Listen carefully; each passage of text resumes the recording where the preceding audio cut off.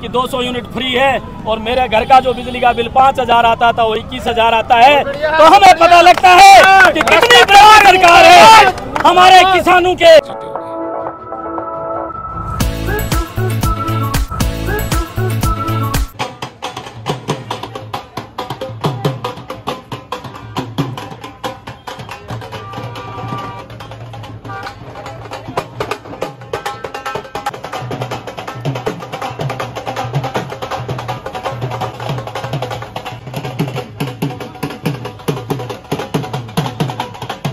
आज हम स्वागत करने वाले मेहमान नहीं हैं और डॉक्टर BL रणवा जी ने अपने जीवन काल में लोगों की सेवा में जो सहयोग किया, हम सबको आधी रात के काम आए, उसी का ये नतीजा है कि इतनी बड़ी तादाद में आप स्वागत करने के लिए तैयार हैं।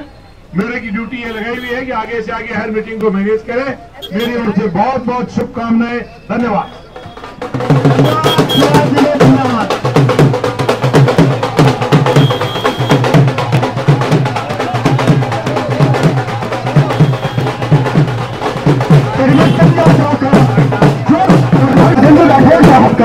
स्पीकर सांसद स्वामी सूर्यानंद जी का स्वागत है।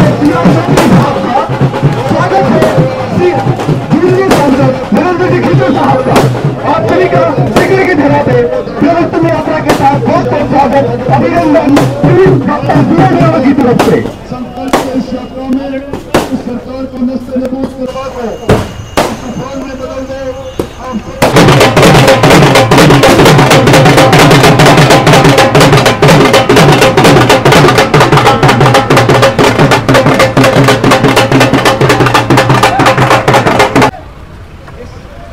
जिस गर्मजोशी के साथ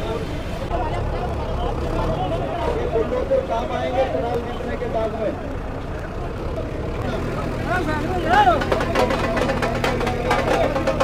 21 किलो की बाला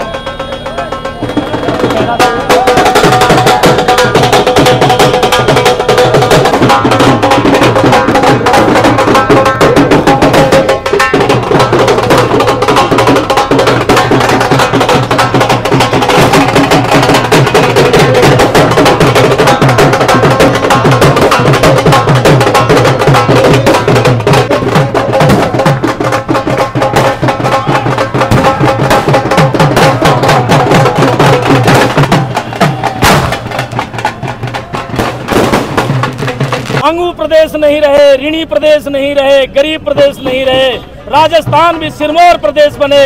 इसके लिए हमने आज परिवर्तन यात्रा का समर्थन किया है। हम हर जगह सीकर जिले में नहीं पूरे राजस्थान में परिवर्तन की मांग करते हैं और हमारे जनता साथ होगी तो परिवर्तन संभव होगा। जनता जब अपने अधिकारों को समझने लगेगी 100% परिवर्तन होगा। हमने ये समझ करके भ्रष्ट तंत्र को वोट नहीं दिया था कि हम इस तरह के तंत्र में फंसेंगे, लेकिन जो जालिमी तंत्र अभी चल रहा है उस तंत्र को बंद करके अच्छी व्यवस्था लागू हो, इसके लिए हम परिवर्तन चाहते हैं। हम हृदय से परिवर्तन चाहते हैं। हम तो कहते हैं जनता के जितने भी नुमाइंदे हैं वो स्वच्छ छवि के आए, स्वच्छ रहें और किसी भी रूप से भ्रष्टाचार को बढ़ावा नहीं दे। हमारी नीयत यही है। परिवर्तन यात्रा जो राजस्थान की जो सरकार के जो कई सारे ऐसे काम हैं जिनके बारे में बता रहे हैं कि वो गलत है, मुख्यमंत्री अशोक गहलोत के हो चाहे उनकी सरकार के बाकी मंत्रियों के, आप क्या कहना चाहेंगे? बात ये है कि गरीब खुद सरकार गरीब है। सरकार पे कई हजार करोड़ रुपए का ऋण है। हालांकि एग्जैक्ट आंकड़ा मालूम नहीं है, लेकिन रोज अखबारों में पढ़ते हैं कि कई हजार करोड़ का ऋण है। उसके बाद भी सरकार वैसे ही अखबारों में अगर ऐड दे करके अपने आप को प्रचारित करना चाहती है तो इससे ज्यादा भ्रष्ट सरकार क्या हो सकती है। आप देखिए 4-4 पन्ने, एक पन्ने का कम से कम भी 1-1, 2-2 करोड़ रुपया राजस्थान में लगता है। सारे अखबारों के मुख्य पृष्ठ अब के 2 नहीं 4 नहीं 6 महीने से भरा है। और मैं भी आपको शपथ के साथ कहता हूं कि मैं मैं उतरने वाला नहीं था समाज सेवा में, लेकिन जब से मैंने ये 3 महीने से ये देख रहा हूं कि ये जो भ्रष्ट सरकार भ्रष्ट तरीके से, हमें तभी पता लगा जब ये अखबारों के मुख्य पन्नों पे लिखती है कि 200 यूनिट फ्री है और मेरे घर का जो बिजली का बिल 5000 आता था वो 21,000 आता है, तो हमें पता लगता है कि कितनी बड़ी सरकार है हमारे किसानों के। आप देखिए भूमि नीलाम हो जाती है और बाकी अरबपतियों को भगा दिया जाता है। तो आप देखिए कितनी भ्रष्ट सरकार है। जो सरकार दूसरे लोगों पे अंगुली उठाती है कि फला लोग है जो उसको सहयोग कर रहे हैं, उसी को यहाँ जमीन अलॉट करती है यही सरकार। तो इसका मतलब सरकार भ्रष्ट है 100%। गलत सरकार मुर्दाबाद मुर्दाबाद मुर्दाबाद। सीकर से चुनाव लड़ने की तैयारी कर रहे हैं, क्योंकि जिस तरीके से आज आपके समर्थक हैं उसे देखकर ये पता चलता है। देखो ऐसा है, चुनाव लड़ने का कोई मेरा मानस नहीं है। मेरा मानस है जनमानस को जगाना। जनमानस जो कहेगा मैं करूंगा। जनमानस के लिए मरने कटने को तैयार रहूंगा। मेरे पास आज किसी चीज की कमी नहीं है। व्हाइट में 20 से 30 करोड़ रुपए मेरे पास है, ये मैं दावे के साथ कहता हूँ। इनकम टैक्स भरता हूँ मैं, तो इसलिए मैं कोई पैसे के लिए किसी भी चीज में नहीं जाना चाहता। मैं सिर्फ जाना चाहता हूँ तो सिर्फ समाज सेवा के लिए जाना चाहता हूँ। उस गरीब के अंत तक के गरीब की सेवा करने के लिए जाना चाहता हूँ, क्योंकि मैं चाहता हूँ कि अब मैं जहाँ जाऊँ कम से कम आने वाला समय मुझे याद रखे। अगर भारतीय जनता पार्टी से आपको मौका मिलता है तो सीकर में किस तरह की चीजें आप करना चाहेंगे? देखो, कोई भी आदमी जब धरातल पे आता है तो धरातली चीजें सबसे पहले सुधारनी होती हैं।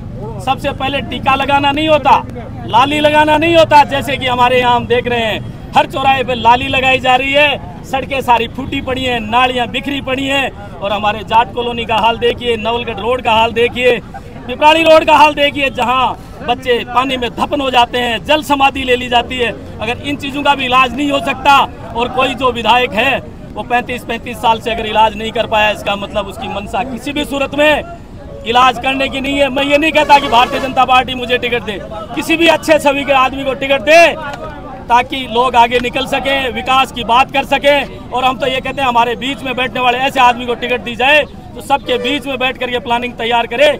सिर्फ और सिर्फ सौंदर्यकरण का काम आप ये समझिए कि किसी आदमी को तिलक निकाला जा रहा है, कपड़े उसके फटे हुए हैं। ऐसी स्थिति का शहर हम नहीं चाहते।